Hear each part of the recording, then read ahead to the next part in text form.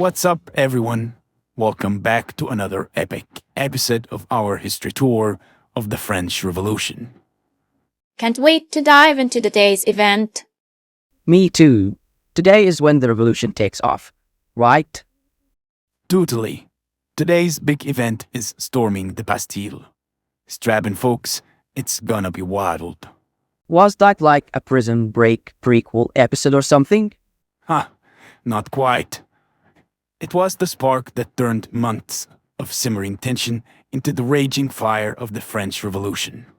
What happened? I guess a bunch of angry Parisians decided to storm a prison for fun, and then whoops, the country is in a roar. Not exactly a walk in the park, Henry. The Bastille was this massive, towering prison, infamous for its height and intimidating towers. And what made people so mad they'd storm a fortress? Change, freedom, probably to free the prisoners. Well, mostly for gunpowder, actually. Gunpowder? Before we dive deeper, let's talk a little bit about the Bastille. It was a huge fortress and prison, known for its looming towers. But it wasn't just its size that mattered. It was a symbol in the French psyche, more than just a prison. A symbol of royal tyranny and oppression. Like there was this writer who said he'd rather be hanged than spend 6 months in there. Now that's a Yelp review that would tank any place. Absolutely. But jokes aside, the fear and myths surrounding the Bastille made it a hated symbol of the king's power. The king could imprison his enemies without trial. That included protesters, religious dissenters, spies, and notably writers like Voltaire. Voltaire himself? And it wasn't just people. Books that were confiscated were stored there. Works by Voltaire, Rousseau, Diderot, all locked up. The secrecy around the prison only fueled the hatred. Prisoners arrived in covered carriages. Guards turned their faces away, not even knowing who was being locked up. Sometimes even the prisoners didn't know why they were there. That's seriously messed up. Yeah, and an evidence to the people's hatred, the day after the Bastille was stormed, a contractor and 800 workers immediately started dismantling it, brick by brick and chain by chain. What a power move. They turned every stone and iron chain into souvenirs, mini Bastille models, inkwells, all sorts of things. People were gifting them all over Paris and France. Like tangible pieces of the revolution in people's hands. Exactly. And it wasn't just a local French affair. General Lafayette, who we will talk about later, sent the key to the Bastille as a gift to George Washington. No way. The George Washington? That prison must have been a truly atrocious thing. In the French psyche back then, it sure was. But get this, in the years before the Revolution, especially under Louis XVI, the Bastille was not as notorious as it was under Louis XIV. Treatment of prisoners was way better, and on the way it was stormed, only 7 inmates were inside. But the image of it as a symbol of royal oppression was already cemented in people's minds. And the events of June and July 1789 were just heating up. What happened? Like we mentioned last time, the political climate was a mix of hope and fear. The States General turned into the National Assembly, and it looked like Louis XVI might recognize it. But at the same time, he was gathering forces around Versailles and Paris. He was playing both sides. Exactly. The Assembly delegates felt it. Plus, there was a terrible wheat and bread crisis. People were starving. Bread prices doubled, and the quality dropped. Protests were happening daily, especially with rumors that the nobles were hoarding wheat. Was this when Marie Antoinette said her famous line, "Let them eat cake"? That's the era. But she probably never said it. It was a time of rumors, and the gap between the royals and the rest of the population made these rumors believable. So all this led to the storming of the Bastille? All of it, plus the dismissal of Jack Necker on July 11th. The king's finance minister. But why would the public care about the king firing his own guy, a foreign Swiss banker at that? Because there was a strong public sentiment that Necker was the only one who could handle the crisis. He supported the National Assembly, believed in constitutional monarchy, and proposed a representative council for the people. His reformist ideas made him enemies in the royal circle, leading to his dismissal. So, his firing made people feel betrayed by the king. Totally. When news of Necker's dismissal spread, it caused an uproar in Paris. Thousands gathered at the Palais Royal, stormed a wax museum, and came out carrying a bust of Necker, chanting his name.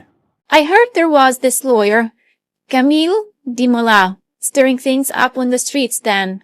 Many urged the public to arm themselves quickly to defend against the king's forces surrounding the city, feared to be mostly foreign mercenaries as well. And indeed, one of the most vocal revolutionaries was a young lawyer called Camille Desmoulins, giving fiery speeches urging people to arm themselves. What happened next? From July 12th to 14th, Paris was in utter chaos. People were scavenging for wheat and weapons. They looted a monastery for bread, freed prisoners, and even raided an armory. But it had no gunpowder. So what's the best place in the city to find gunpowder for their weapons? The Bastille. Exactly.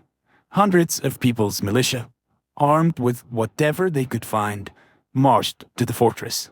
And then what? The Bastille had a modest force to defend it, and some of the guards even sympathized with the protesters. What class were these protesters from? The rabble, or artisans and professionals? Well, a mix of craftsmen, small traders, day laborers, and former soldiers. They first sent a delegation to negotiate with the commander of the prison to surrender the Bastille. When he refused, they tried to storm it. One protester sneaked into the fortress and lowered the drawbridge to the gate. When the protesters tried to storm it, the Bastille's garrison opened fire, and many were killed. That must have enraged the revolutionaries. Big time. Some even got help from a French garrison sympathizing with the protesters, bringing a cannon and bombarding the fortress, focusing on the inner gate. And the garrison inside? The commander was in a tough spot. He threatened to blow up the fortress with the gunpowder inside, which would have destroyed the nearby poor neighborhood. Luckily, his own garrison convinced him to calm things down and surrender, which he did. Thank goodness. Well, thank goodness for everyone, but the commander. As soon as he came out, the protesters killed him and paraded his head on a pike around the city. Dark times, indeed. Definitely.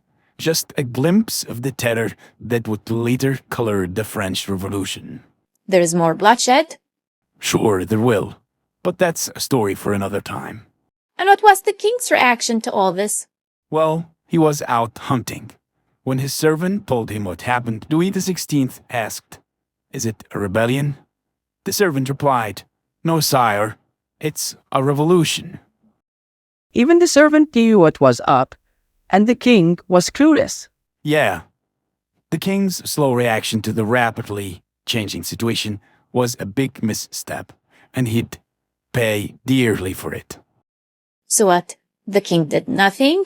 Well, he did react, but only after chaos spread throughout France. The middle class, politically sidelined until then, took the initiative. They formed local governing committees and militias known as the National Guard. In a flustered move, the king reappointed Necker and withdrew his forces around Paris.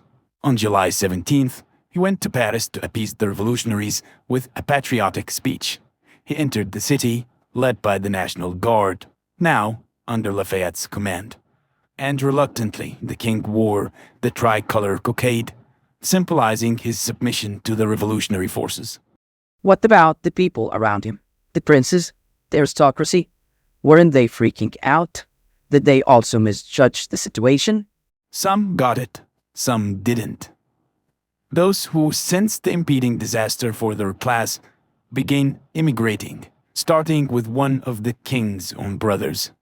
It was the beginning of a mass exodus among the aristocracy. So, the storming of the Bastille was a blow to everyone? Not everyone. The National Assembly actually grew much stronger and started asserting itself. The king began signaling his willingness to cooperate. They immediately started implementing major reforms like abolishing feudal rights and, most importantly, drafting the Declaration of the Rights of Man and of the Citizen. And what happened after that? Well, that's where we'll pause our adventure for today. But don't worry, there is so much more to explore in our next episode. Make sure you subscribe and hit the notification bell. You won't want to miss what's coming up next.